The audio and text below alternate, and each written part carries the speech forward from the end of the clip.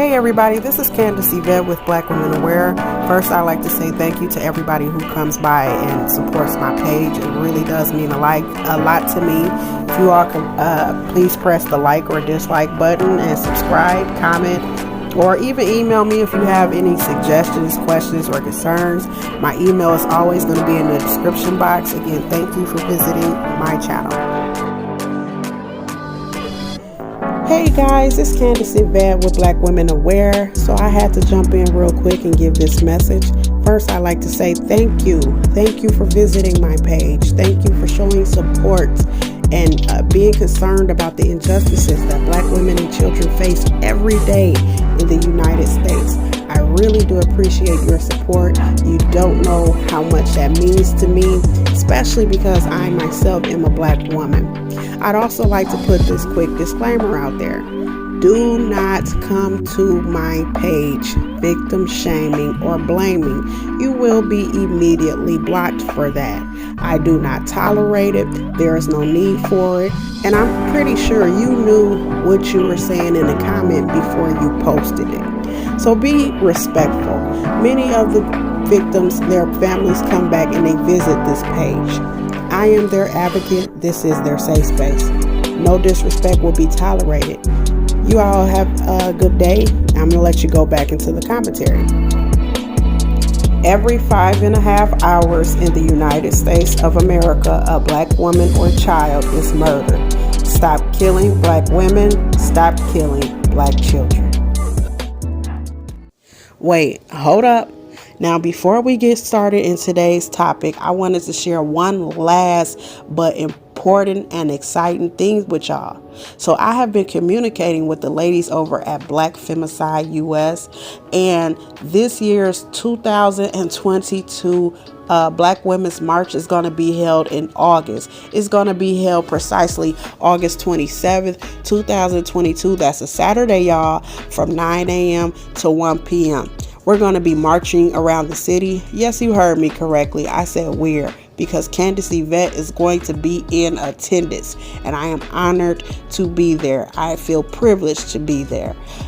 There's going to be raffles. There's going to be food. There's going to be guest speakers. So if you can, please come out and join us. If you can't join us physically, support us virtually. Share and like this video. Share it with all your friends, or if you can't share the video, go over to Black Femicide's Instagram or their Facebook page, find this flyer and share it. I'm going to read their statement before I go into today's topic.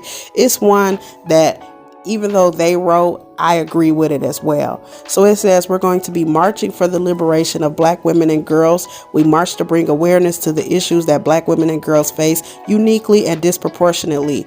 We march to honor Black women and girls and to discuss our plan of action on our future in this country that directly ties to our liberation. Beautiful statement. So I hope you guys can come out and join us. Again, the date is August 27th of 2022. The place is Washington, D.C. We're going to be meeting at the Washington Monument, okay? Washington Monument. So if you can be there, be there. If you need more information, just email me or send Black Femicide US a DM. All right, now it's time to go into our topic. Hey guys, it's Candace Yvette, and we are back for part 3 of the interview with Sarah on Twitter. And this interview is concerning the Ella Goodie case. Let's listen in and continue where we left off. I'm just wondering, like, what if the gun, I heard you say, like, don't worry about the gun charges. What if the gun was actually Ella's gun? We already know he had her keys. Let's let G answer that. Oh, I'm sorry. That was for something different. But for the gun, was the gun charge from prior to No, that was because he had a gun on him. It stated that the gun was he had a firearm at his feet, and he is a convicted felon, so he is not allowed to have a firearm, and that is what the charge is. And the charge was he was charged with it that day. It wasn't like a previous charge or anything like that. So that's the only new charge.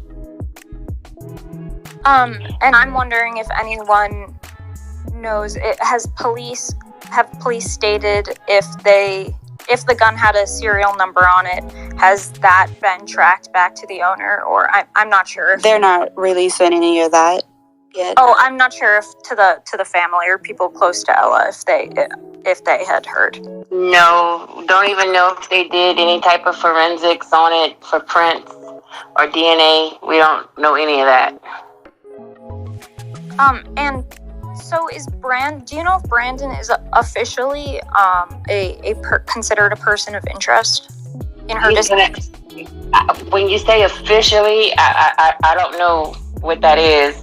I just know that he's always been the person of interest since day one, because he was the last person with her. So he was named as a person of interest from the police.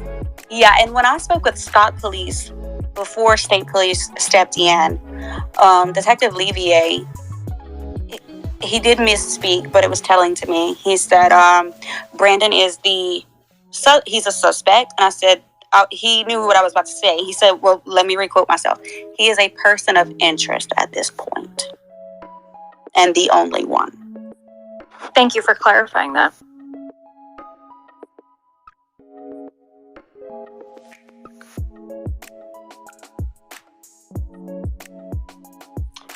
Rhonda, did you want to talk?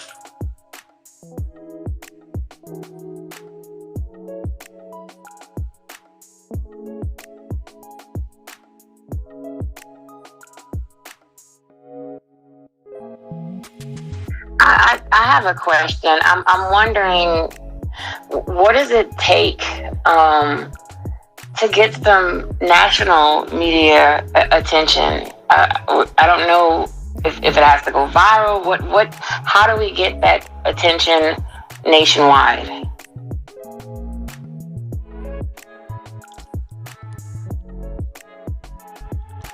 I think usually the best thing is reaching out directly to news stations and directly to reporters.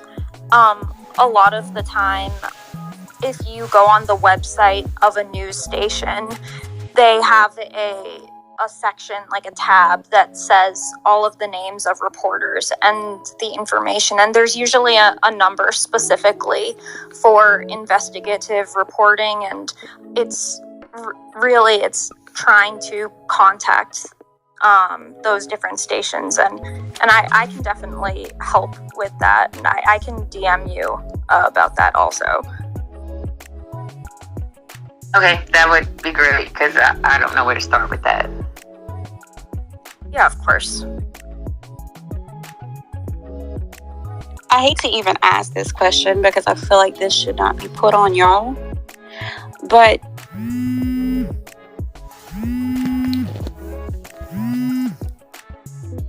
has anyone in the community considered doing anything to raise money to put towards a reward fund, such as maybe plate lunches, a barbecue, something like that? That is a very tricky thing. If you've seen my post, I'm sure you've come across the one where there's an organization looking for volunteers and donations for a search party. Yes. Okay, so where that's concerned, there's a lot of apprehension just in general. Like, we've got some inquiries from people about, setting up something so that they can donate. They'd be willing to donate. I think we're kind of keeping that on the back burner because there's a lot of people doing different things that the family is not exactly happy with or didn't agree to. There's been a lot of people who have expressed an interest in trying to get things donated to the kids, even though there is no need. They're at home with their things. They have everything that they need. So fundraising is a very it's a very slippery slope, especially if it's managed by people in the community here. Police can actually help you to set one up through a bank. Mm-hmm. That way the funds are, I'm not quite sure all the details on it, but from other cases I've followed, someone else here might have more information on that. But I think law enforcement can guide you in that, guide you in the right direction to make sure that the funds are where they're supposed to be. Yeah, I've done just a bit of research, if it was something we decided to do and it's ill-advised, law enforcement doesn't really like it because it overwhelms them. And then there's the legalities behind how you're going to offer the reward based on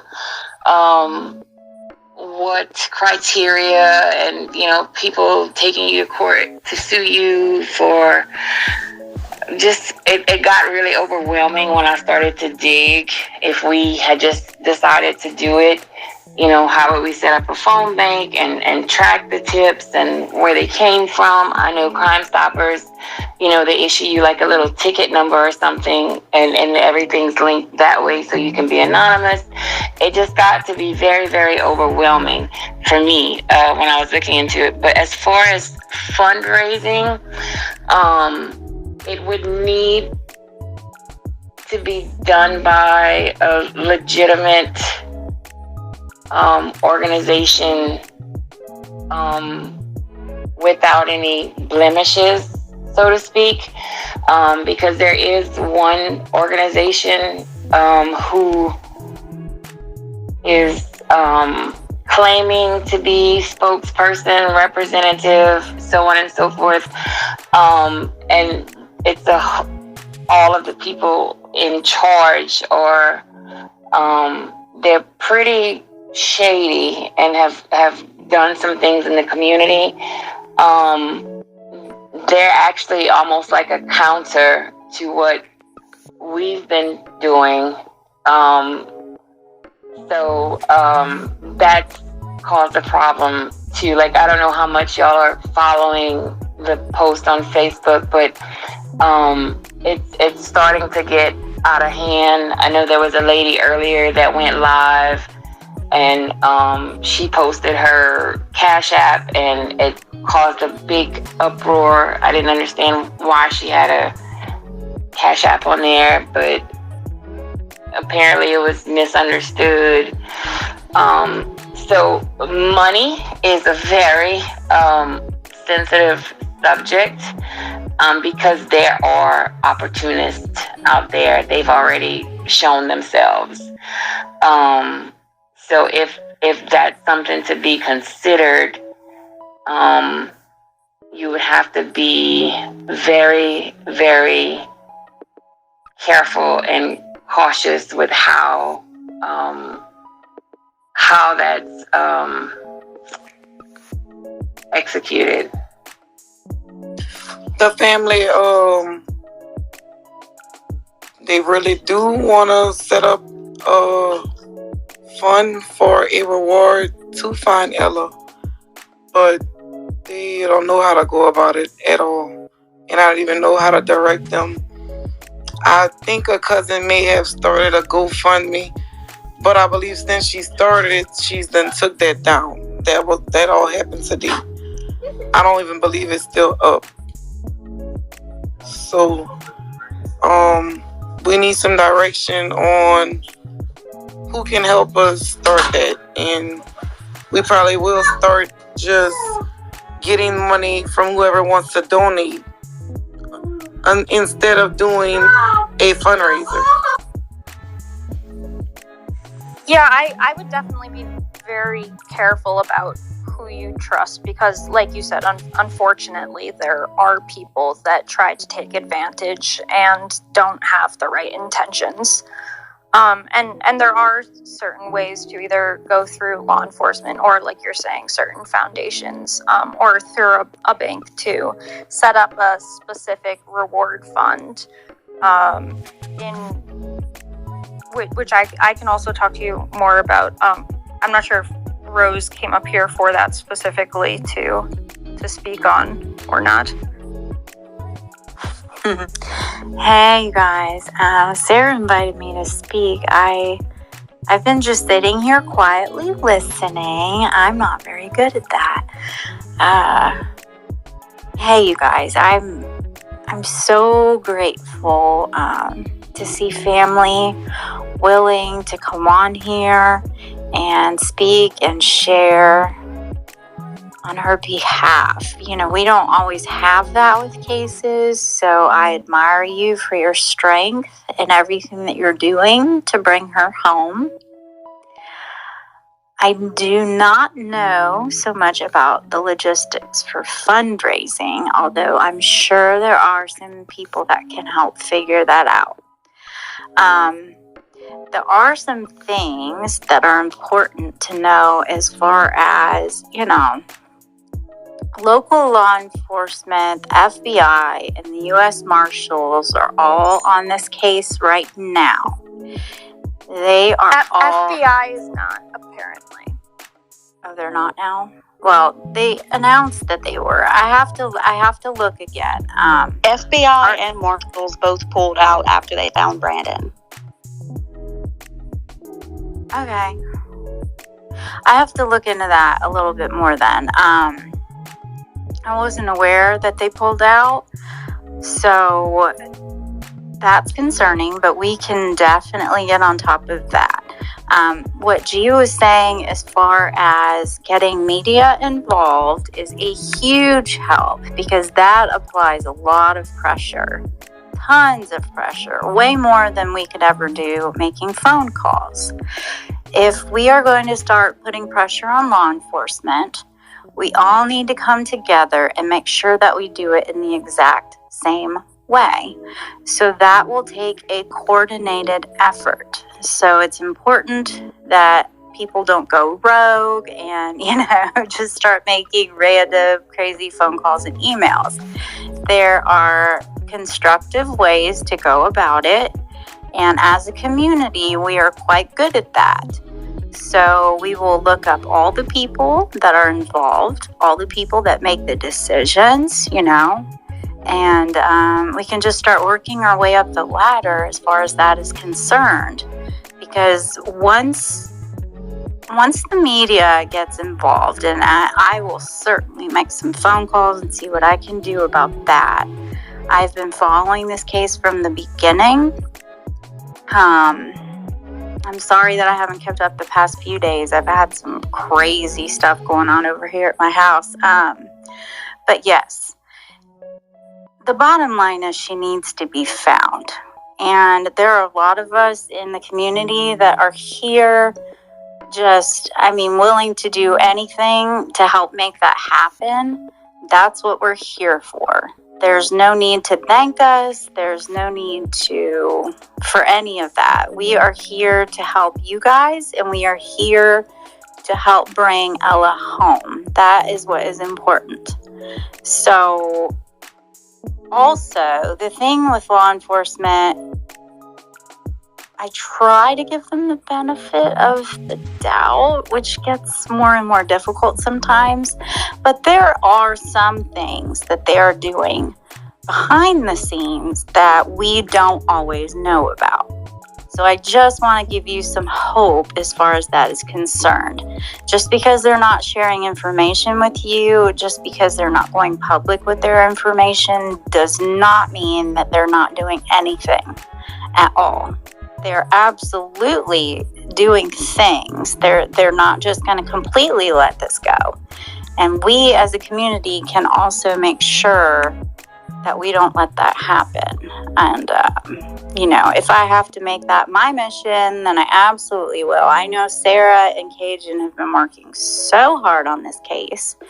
And, we won't stop until we get some answers. And I'm totally on board with this. You guys are not alone. And thank you so much for coming up here and sharing. I noticed you guys follow me and I followed you. And so we can all get in contact and figure out as a community the best steps to reach out to law enforcement and see where to go from there.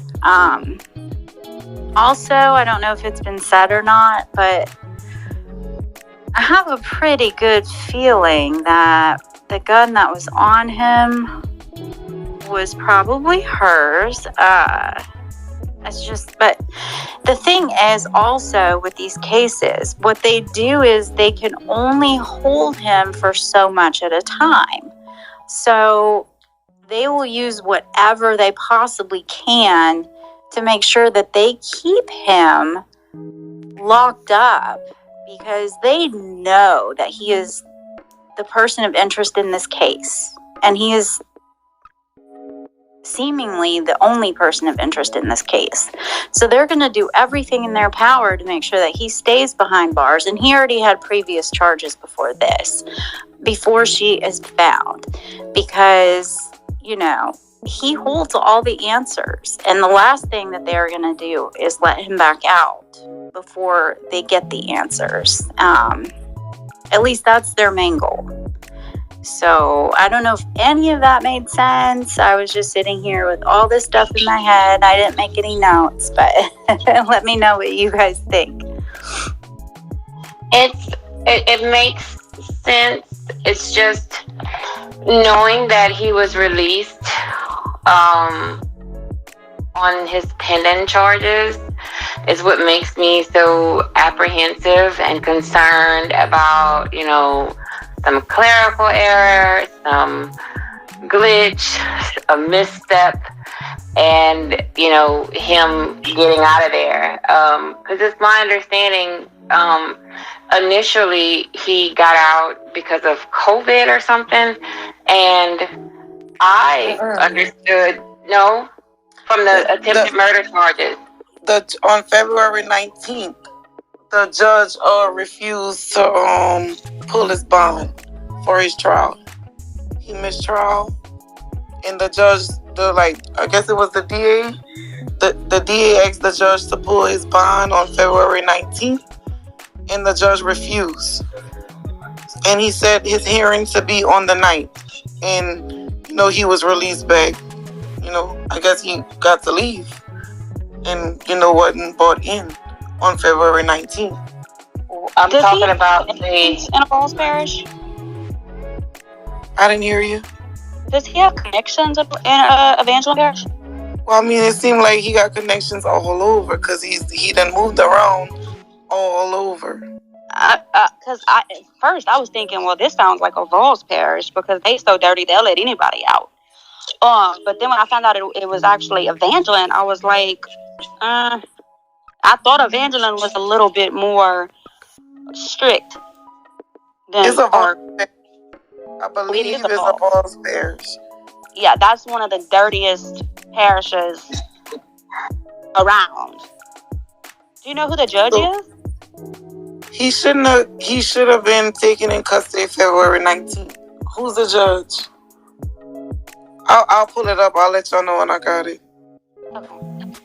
Yeah, and you can always, no pressure right this second. You can message us with this information anytime. I'm sure you have enough pressure on you just in here speaking at all. I'm sure this is incredibly difficult, and I am so sorry that you have to go through this. I have seen time and time again, I mean, they shouldn't have let him go. I personally feel that most of the time our justice system, I say that in quotation marks, is not really a justice system at all. But that is why a lot of us are here, just trying to make a small difference and advocate for families such as you guys. Like I said, I followed this case from the beginning. Ella just had my heart with her picture, and those babies, they need their mom home, and I'm so tired of moms just disappearing senselessly, and it is just overwhelming. And I'm here to tell you that I will do anything that I possibly can to do what needs to be done. So, Judge, I'm sorry to cut you off, and thank you very much. My voice is horrible, y'all, because I don't sleep much. It's tired. I can tell you that. I'm going to get somebody to read it right quick. Francisco failed to show up for a February 7th jury trial before 9th Judicial District Court Judge Greg Beard for the same case. Tiffany Sanders, his attorney, said Francisco was exposed to COVID-19 but had tested negative and could not return to work until February 8th. Prosecutor John Giordano questioned the excuse last month in a motion to revoke Francisco's bond, noting that the defendant could not be located as of February 14th and should be required to stay in Rapides Parish until his trial. The state believes that the defendant, even if COVID-19 exposure is believed, could have appeared for his trial on February 8, 2022, or any day thereafter, and that his absence was a deliberately excused scheme to avoid and or delay trial, Gordiano wrote in the February 14th motion. The judge denied Giordano's request in a February 16th hearing, which Francisco attended with his attorney. The March 9th hearing was to address Francisco's bond. The arrest warrant was issued in his absence on the date ordered that Francisco be held without bond once located. The judge was supposed to pull his bond when he missed a jury trial. They didn't subpoena the jury to be in court, and he not there. They're supposed to pull his bond. Yeah, it sounds like they should have did a little bit more then. A lot more, actually. I think the everybody fun side aware is of that his- they dropped the ball, and so that gives us a little bit more room to work with also. I'm sure they're going to try to cover for themselves too. And just for What's anyone who tricky doesn't, is- go ahead. Sorry about that. I was gonna just say quickly, what is tricky is depending on what Louisiana, that was out of Louisiana, the charge. Correct. Yes. Yes.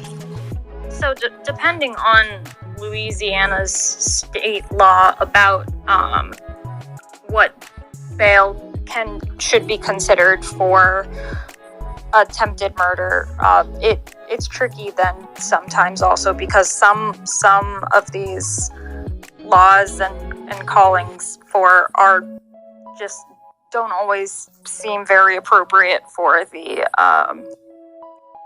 charges that they're brought up against.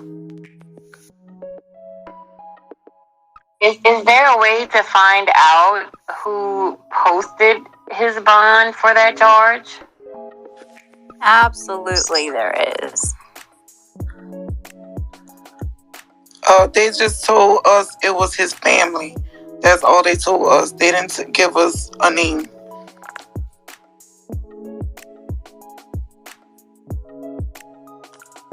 Okay, well, I hope Sarah and Cajun are taking notes for us. Oh, well, this is recorded anyway. I'm sorry, you guys. I'm half asleep.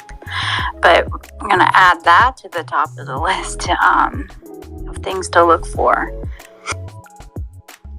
Yeah, I figured we would need to go back for notes. And I am going to cease all of my calls until we come up with a plan of action or plan of attack, as I like to call it, but I'll say action.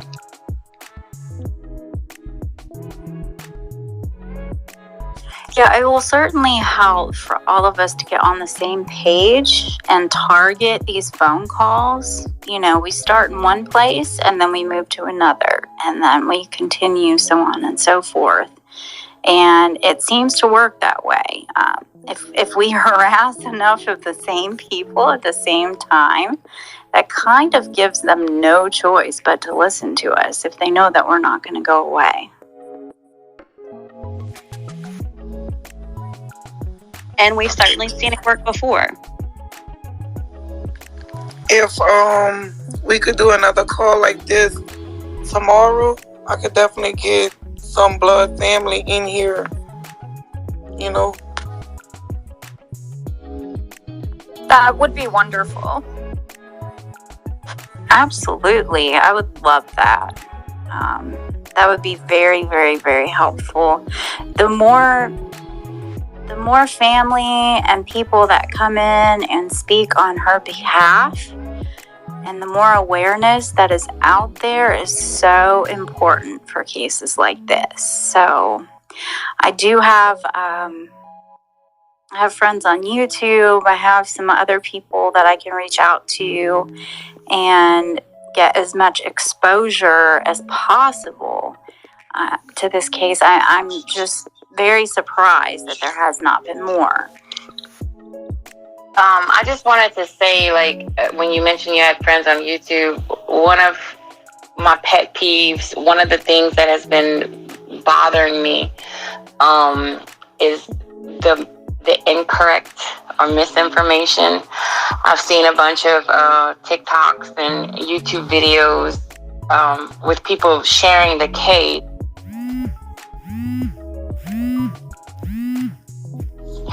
And they're sharing incorrect information. I don't know where they got it from, but a lot of people are creating videos with the same misinformation. So as far as the exposure on social media, that needs to be clear and concise and consistent. Because there's, like I said, there's a lot of people who have, done like their little investigative thing and featured it, and I was just frustrated because just some basic things like her 2 daughters, I'm like, that's not accurate. I don't know where you're getting that information from, but she doesn't have 2 daughters. She has a son and a daughter, and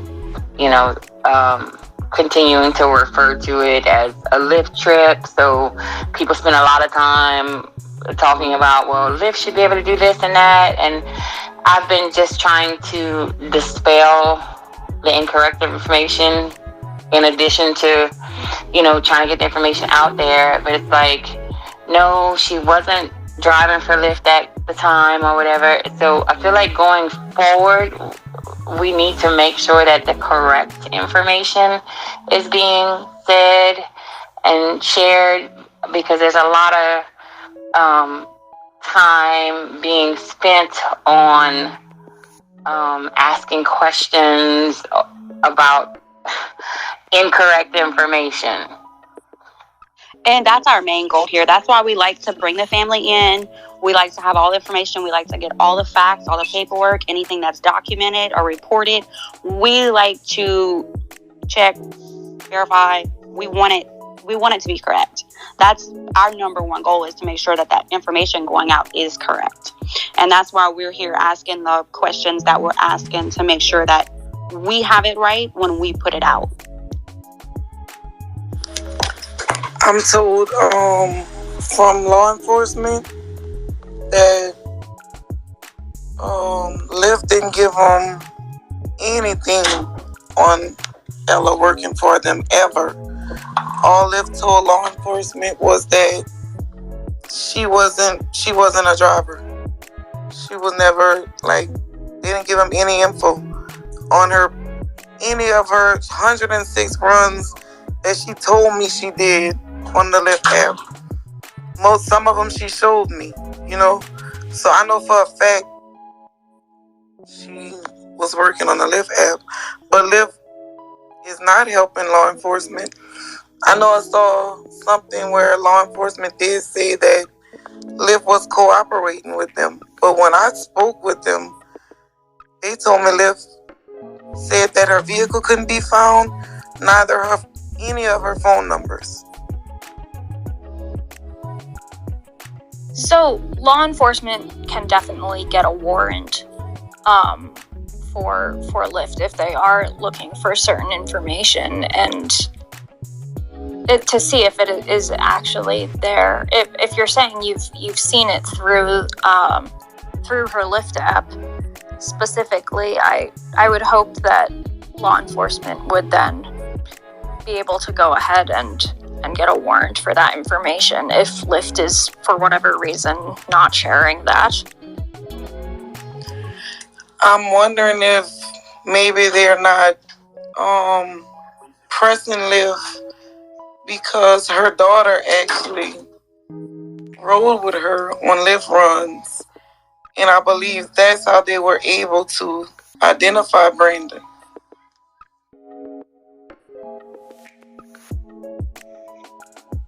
Yeah, I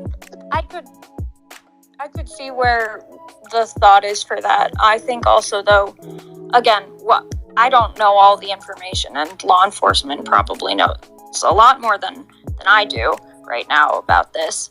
But I wouldn't necessarily think that her daughter riding with her on certain rides would stop them from being able to get information about her Lyft account. Can you clarify on that a little more? So her daughter would go with her on Lyft runs, and she saw Brandon, and that's how they knew who she was with? Yes, because they were, I don't know how, they picked him to show her a picture. That part, I don't know. But, she would go with her on some Lyft runs. Okay, good. At least, okay, so now we know how he was identified and how we know that they, okay, all right. But I wanted to answer something that G was saying. I can't remember what she said. You know, my brain is all over the place. But law enforcement just told me that Lyft just told them that, you know, she couldn't be found, as far as her vehicle couldn't be found in their system or her phone numbers. So if they are getting a warrant, I don't know. It seemed like that they weren't interested in getting a warrant for Lyft anymore. They just advised me that Lyft didn't give them any information. I hate that. There are so many reasons why they wouldn't do this. I like to not assume negligence, even though that is the case sometimes. They may have a reason for that already, like G said, that we just don't know about. Maybe they felt like they did not need to verify that. It's hard to say. They just said that they were a privately owned company.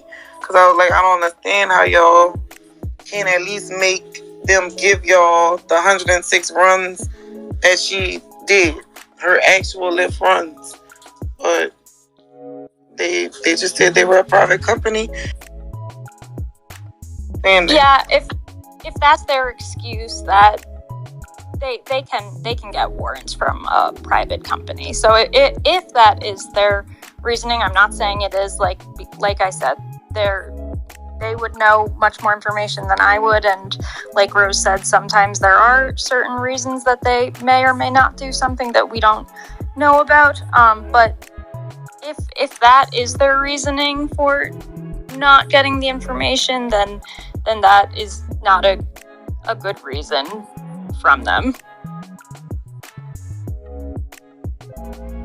But it's good to know that is what they told you. Thank you.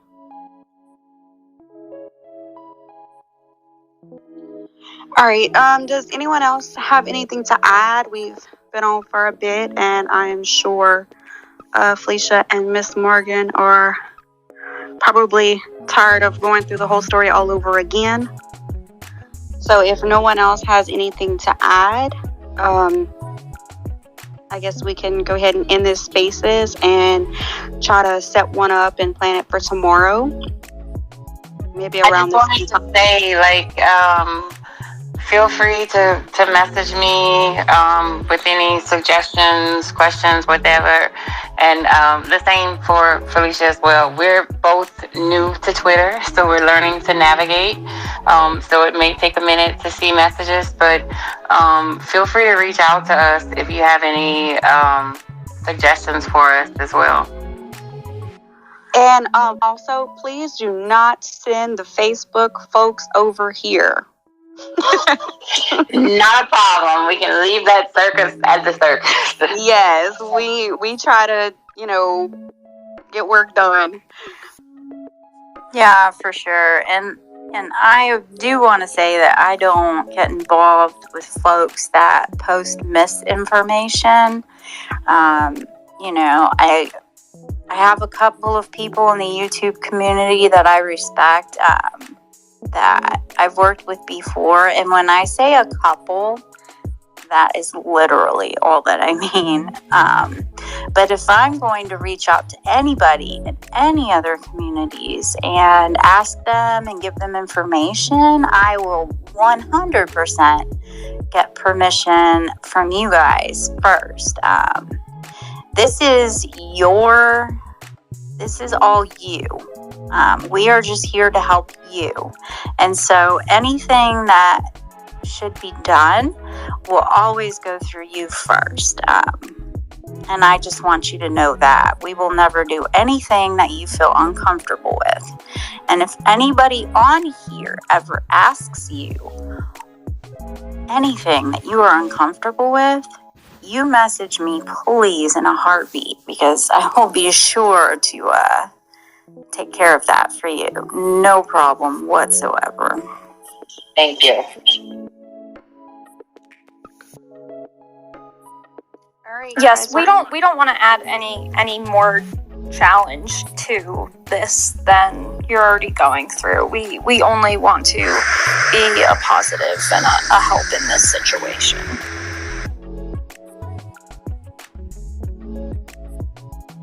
Sorry, Sarah, for interrupting you there.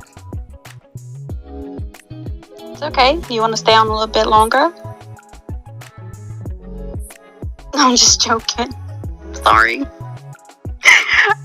All right, y'all. I guess we're going to wrap it up. And y'all are in our thoughts and our prayers. And we have not forgotten about Ella. And we are not going to forget about Ella. So if y'all need anything, reach out. We are here.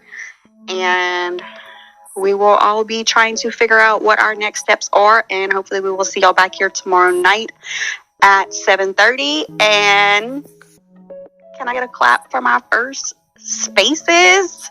I think I did pretty good. Sarah, I think you did amazing. And if you guys need another poster, like if there's more information later on, I'll gladly make another updated one later. Thank you, Justice. She's the sweetest. She's like everyone's little sister. Thank you guys. All right, guys. Well, I hope everyone has a good night. Yeah, good night.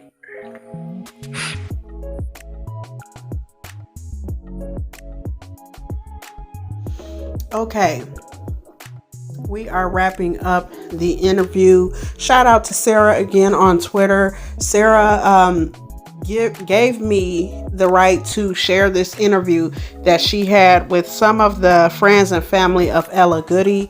I myself am going to keep in contact with Sarah, because the more we connect with others to advocate for families of missing and murdered women and children, the better their cases get the attention that they deserve, and the closer we are to bringing people home.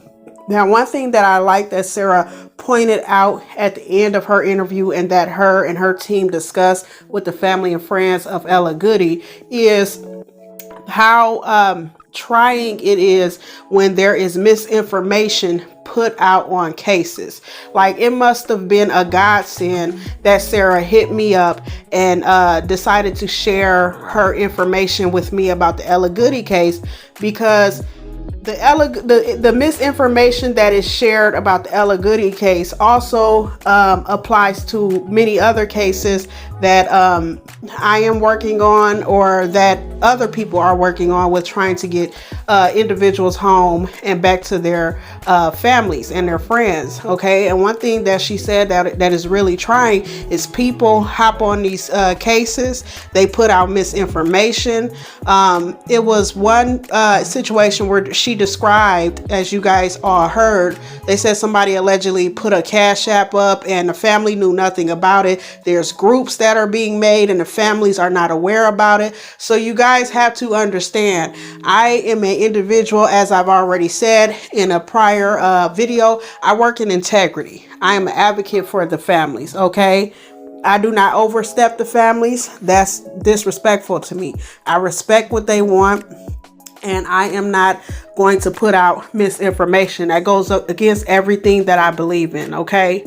I wouldn't even be able to respect myself, because situations like this are serious, okay? There are life and death situations, literally, okay? This is not a celebrity gossip channel, and celebrities are different because they put themselves in a position where being seen and critiqued in the public eye it just comes with the business, okay? It just comes with the business. This isn't that situation. I know everybody has, excuse me guys, I burped. I know everybody has a right to speculate and have their different opinions, and that's fine. An opinion is not facts, it's not fiction, it's just an opinion. It's a certain belief system that somebody adheres to, okay? Gossip is different. It's misinformation, is half truths, and some of it is pure lies, and I won't be sharing those on this platform. So again, when it comes to getting updates, I have to dig a little deeper, and it's always harder because most of the time 75% of the information is half truths and lies, and you're working with a family that is grieving and they're trying to process everything. They're talking to law enforcement officials, they're talking to advocates, they're talking to media, so it is a very difficult situation. Shout out to all of my viewers who understand this situation. I respect you guys. I'm glad that you guys stand with me and you understand, you know, how difficult these situations can be. If you guys could please leave your comments down below. Email me if you have any questions, suggestions, or anything at all. I am going to put the word out right now that I am looking for a partner with Blackwomenaware, okay? Because some of the information that I get a busload of stuff sent to my emails, to my personal accounts about these cases, and I want to make sure I have all hands on deck. I need somebody with integrity, somebody who you know, is going to fight hard as I do on these cases. And please believe me, nobody is just going to just come up here and, you know, no, you have to have, you know, I have to be comfortable with you, and not only that, you have to have some proof that you really do care about these girls and women, you know, because I know it's a lot of people who try to come up and it's all for the wrong reasons. I can't have that on this platform, okay? The lives of Black women and children are just too important to me, okay? So again, I appreciate everybody for listening and tuning in. If you would like to become an ally of Blackwomenaware, hit the email. I will look those over. Be patient with me, because whenever I get information on cases or anything like that, those will always come first, okay? You guys be blessed, be safe, be alert, and be aware.